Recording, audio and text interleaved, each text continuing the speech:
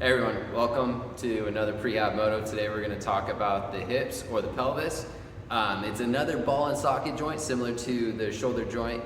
A little bit different because the shoulder joint, if you go back and watch the shoulder anatomy video, you would see that the glenoid humeral joint sits with the collarbone and shoulder blade, which the shoulder blade is a free floating bone, therefore it has no attachment, a lot more movement to it for that ball and socket to move around.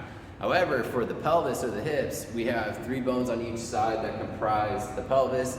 We have the sacrum and the coccyx in the middle. So both of these on each side, we have the ilium, which is our upper hip bone that we can feel.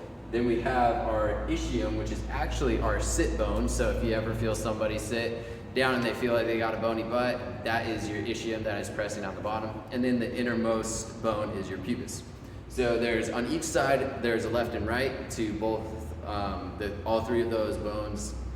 So in the middle though, talked about this in the spine anatomy video a little bit, the sacrum, which is actually 5 vertebrae that as we grow up actually fuse together and become one solid bone. So 5 vertebrae still in that area that fuse together. Then we have our coccyx, which is comprised of about 2 to 5 depending upon who we're looking at, but that's also known as our tailbone. So if you've ever heard of anyone injuring their tailbone, they are injuring their coccyx. Okay, the long bone here of the femur, which is also our thigh bone, a very commonly known bone because it is the longest bone in the body. It's very large, it has a lot of musculature around it, and it also actually has an artery that runs right with it. So big bone, a lot of importance to it, gives us a lot of our height and function. So looking at these, however, something to recognize is that these bones of the ilium, ischium, and the pubis are fused together through cartilage rather than through ligaments, quite like the shoulder would be, or tendons and muscles and stuff like that. So they're a little bit different. They do shift a little bit, which maybe you've gone to the chiropractor and got your hips adjusted.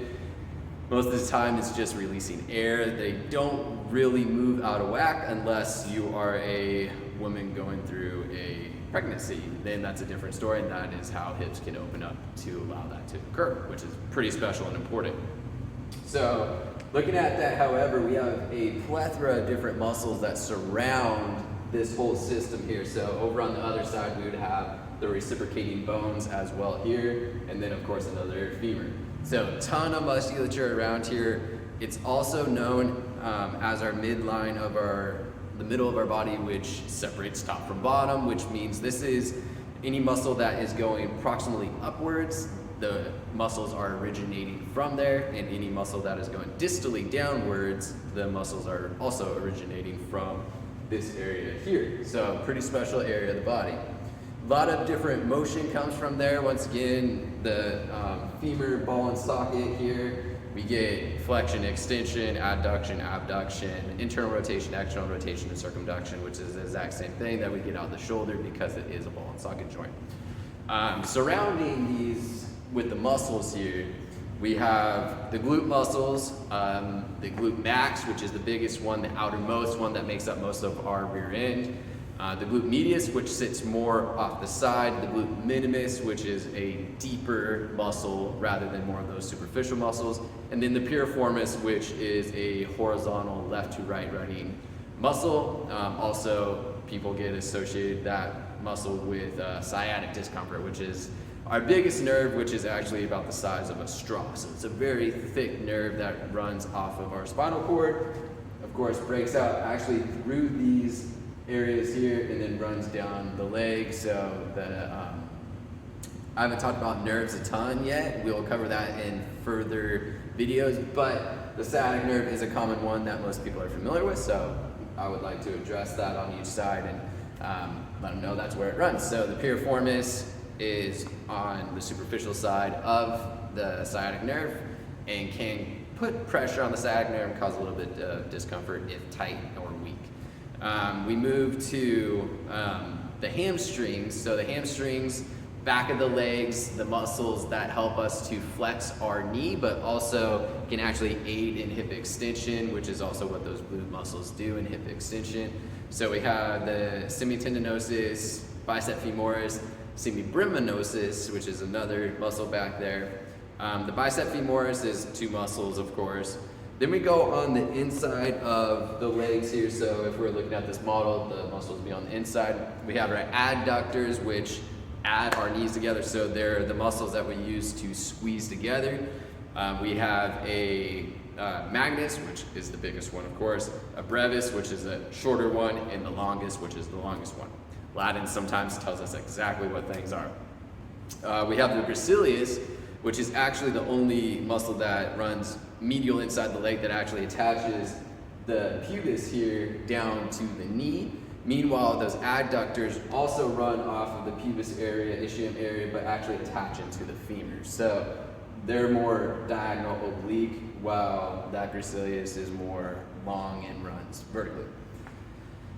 We go to if we were to turn this model around, we'd see the front side of the body, and we'd have an internal rotator, which is called our pectineus. It's a smaller muscle, more up towards the hip, also kind of works with the hip flexors a little bit. And then the opposing, we have the TFL, also known as the tensor fascia lata. So a lot of people are familiar with the IT band being a big old strap that runs down the side of our legs and attaches to the knee, so the hip and the knee. IT band, which is the iliotibial band, so ilium, and the tibia, which is the shin bone below the knee, attaches there. But what that actually is in that IT band is a big old tendon. So it's also a tendon off the glute medius, and also off that tensor fascia lata, which once again with Latin, tensor fascia lata just translates to a lot of tension in the fascia. So it kind of speaks for itself with the IT band. If we're doing manipulations to the IT band, it takes thousands of pounds to manipulate. Therefore,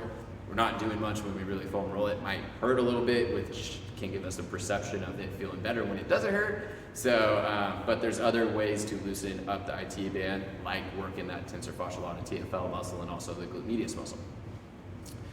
We get to the quadriceps. So quadriceps, 4 muscles, actually kind of 5 in a way, if we look at it in a certain way. So we have the rectus femoris, which is the erector of the femur. It's also one of our main knee extensors, but it also crosses the hip plane up to the ilium and actually helps to hip flex a little bit.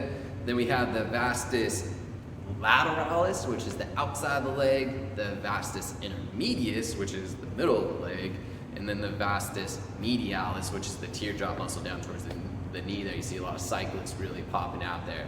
So we're up to 4 with that, and then we're gonna add the sartorius. So this is where, is the sartorius a quad muscle, or is it its own muscle, or is the vastus intermedius a quad muscle or not? Doesn't really matter. There's 4 to 5 there on the thigh that makes up knee extension, hip flexion, and everything like that.